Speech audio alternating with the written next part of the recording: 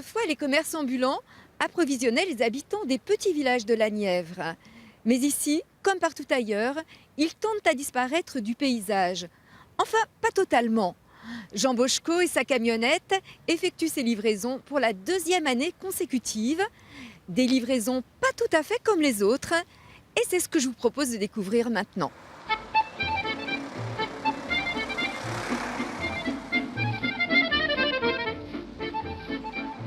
Une tournée d'alimentation culturelle, c'est la dernière expérimentation en date du Théâtre Éprouvette.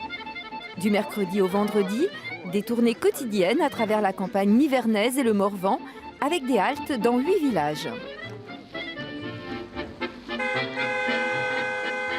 Partie de Gacogne, la camionnette arrive à Châtain chez monsieur et madame Pouillot. Les participants s'activent sans trop savoir ce qui va se passer. La nature de la livraison n'est jamais connue à l'avance. Il peut s'agir aussi bien de musique, de danse ou de toute autre chose, de la culture au sens très large du terme. La dernière fois, vous avez eu de la musique. Oui. Voilà. Et aujourd'hui, alors la surprise, c'est la voilà.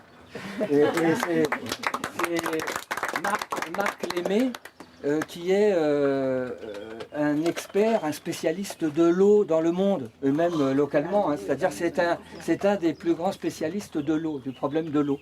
Ce service à domicile de proximité qui existe depuis très longtemps en milieu rural, c'est quelque chose de fondamental, que ça correspond bien à la topologie des lieux, ça correspond bien à l'habitat dispersé, c'est quelque chose qui doit être maintenu. Et c'est pour ça que le but premier, c'est ça, c'est pas de faire de l'animation de territoire, c'est de dire nous devons maintenir les services de proximité, le commerce de proximité, et en plus, vous allez voir, on peut même en créer d'autres, y compris des services de proximité qui concernent la culture.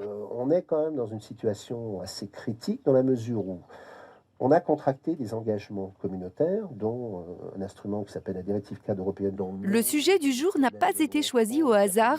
L'eau est une préoccupation constante dans les zones agricoles et rurales, tout particulièrement dans la Nièvre, une région très riche en sources et en rivières.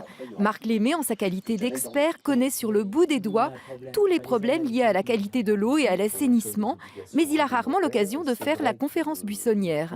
Le fait d'habiter, comme ici par exemple, on a conservé un lien sensible à la question de l'eau parce qu'il y a nos parents, nos grands-parents, on habite dans une maison où il y a par exemple un puits dans le jardin et donc il y a toute cette mémoire-là qui s'est transmise et c'est une mémoire sensible, très sensible. Et tandis que quand vous êtes à Paris, à Bordeaux, à Lyon, on est dans un environnement urbain depuis un siècle où on n'a plus ce rapport sensible à toute cette histoire, cette mémoire.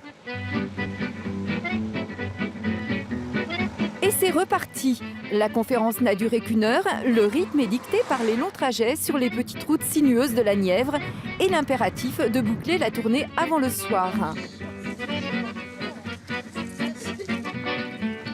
Comme chaque action de Jean Boschko, il s'agit avant tout de rompre l'isolement et de créer du lien, comme le faisaient les commerces ambulants par le passé. Cette conférence apporte à domicile des réponses concrètes aux questions que se posent les gens. Moi, j'ai une question par rapport au SPANC. On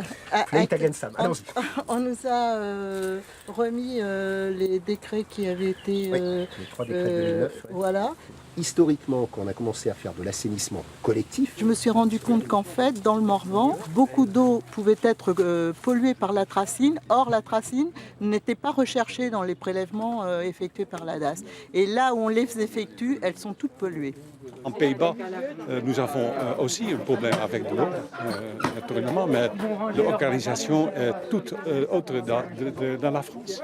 Pour moi, c'était très intéressant puisque je vais vendre ma maison. Alors, j'étais tout à fait au cœur du problème au sujet de l'assainissement, des précisions que ce monsieur m'a données et puis de bien me renseigner parce qu'en fait, tout devient de plus en plus compliqué.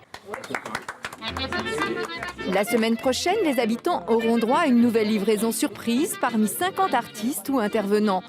Jusqu'au 28 septembre, le camion d'alimentation culturelle tournera dans 32 villages de la Nièvre.